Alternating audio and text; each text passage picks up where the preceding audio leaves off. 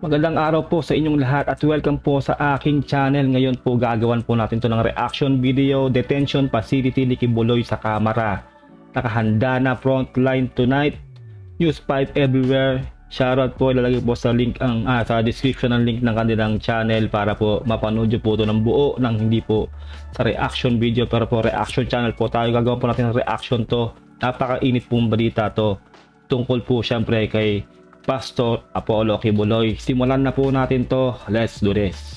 Hindi pa rin sigurado kung sisipot si Pastor Apollo Kibuloy sa pagdinig ng kamera kaugnay sa prangkisa ng SMNI. Pero nakahanda ang kanyang detention facility sakaling arestuhin na ang pastor. Nasa frontline ng balitang yan si Marian Enriquez.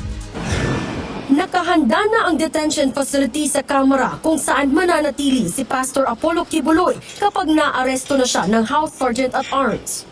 Kabilang ang News 5 sa mga media na pinayagang masilip ang lugar. Ito po yung first stage natin. Once na meron na pong na-held in contempt, i-screen po yung gamit niya and then iiwan po yung kailangan iwan. And then po, composite, security. Meron po tayong from the Legislative Security Bureau, meron po tayong Blue Guards, meron din po tayo from the PNP. Pagpasok sa detention center, bubungad ang receiving area kung saan magre-rehistro sa logbook ang bawat pumapasok. May mga CCTV, fully air-conditioned at may electric fan pa rito.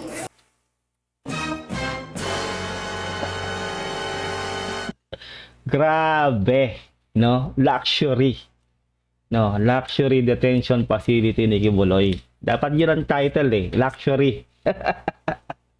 Kung normal pong mamamayan yan, normal na tao ng Pilipinas yan na wala pong impluensya at wala pong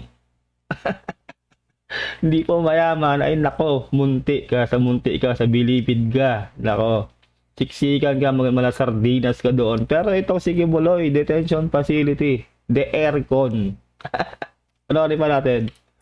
Meron ding 3 CR para sa lalaki, babae at PWD. Sagot din ng kamera ang pagkain 3 beses sa isang araw.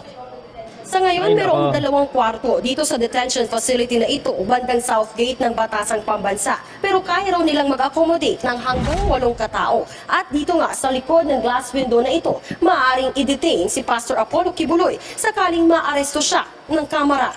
Hindi na pinayagang makapasok ang media sa mga kwarto dahil may kasalukuyang nag-occupy ng isa sa mga ito. Papayagan namang gumamit ng cellphone ang mga detainee 30 minuto tuwing umaga at 30 minuto sa hapon.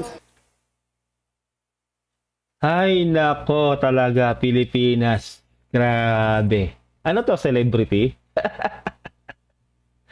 Ano bang nangyayari sa Pilipinas? Nako. Wala akong masabi. Grabe, Pilipinas. Bakit ganito? 'Di ba? 'Di ba? Ano to yung may kaso to high profile kasi no? Grabe, criminal kung tutuusin, 'di ba? Kapag sinabi mong may ganyan, 'di ba? Pero bakit ganito? The aircon.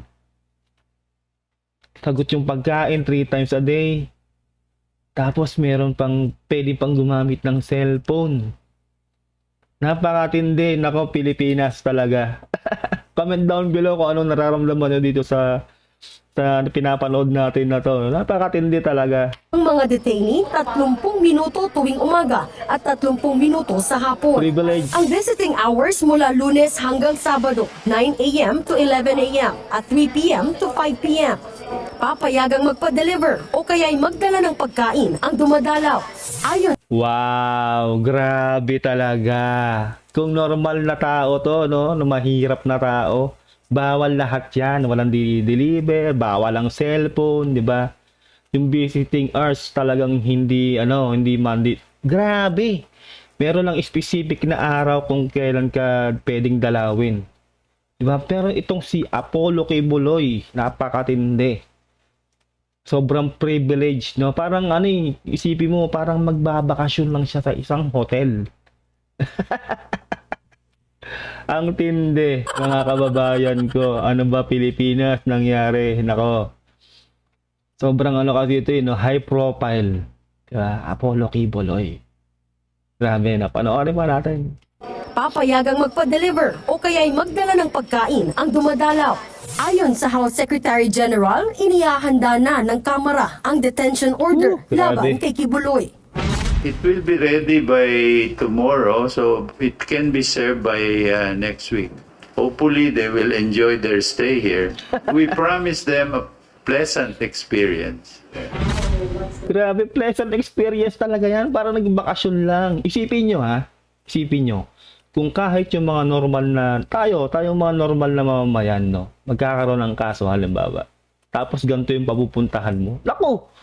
Karamihan talaga gusto na lang magpakulong. Dahil ganito.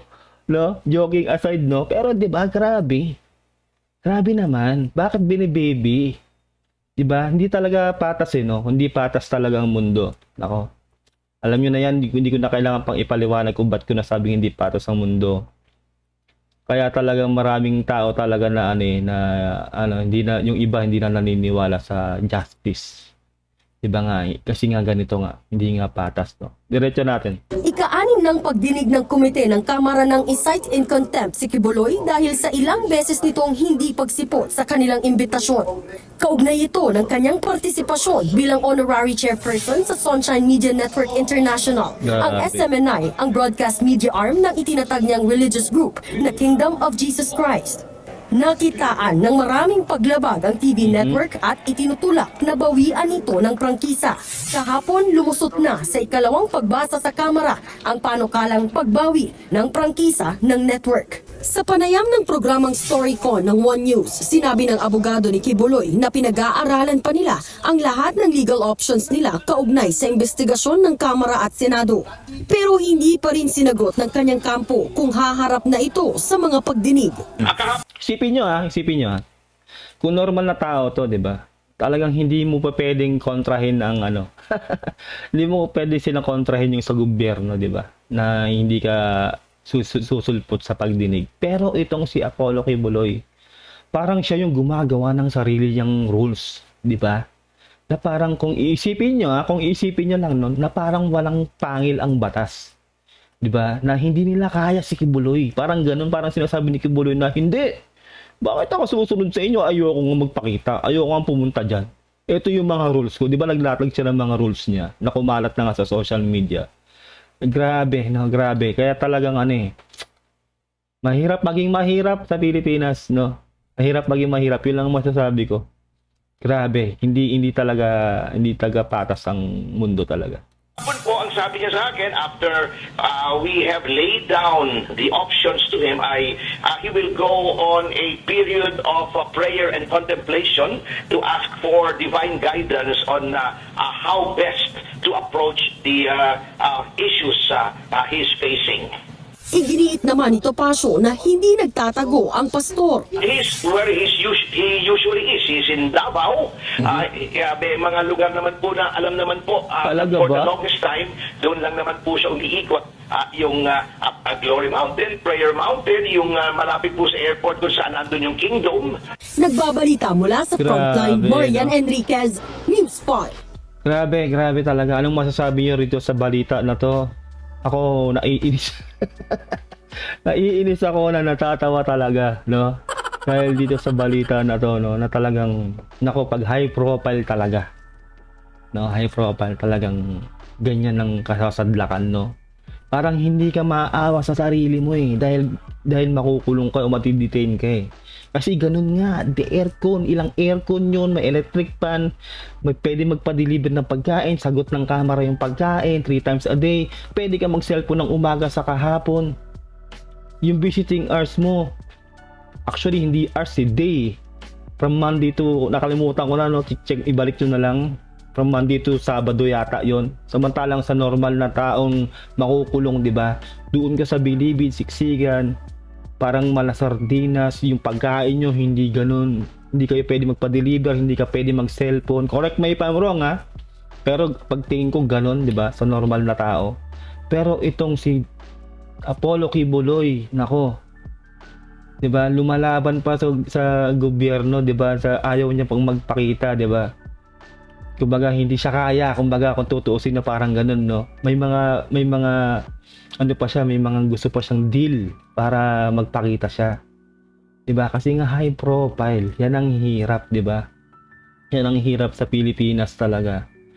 Grabe, parang luxury hotel ang kanyang, 'di ba, detention. Kung tutuusin, 'di ba, para ka lang magbabakasyon talaga doon sa kanyang detention center. The aircon pa. 'Di ba? Nako, Pilipinas, gising. Anong nangyayari sa mundo? Sa susunod na election, alam nyo na, dapat naman magising na tayo dahil sa mga gantong balita. Alam nyo na kung anong mga dapat nating gawin. At sana mamulat na po tayo. Marami pong salamat, see you all sa susunod na ating reaction video. Maraming salamat. Mag-subscribe po kayo kung gusto niyo po mag-subscribe. Kung hindi naman po, okay lang po. Ingat po kayo lahat. God bless and peace out. Bye.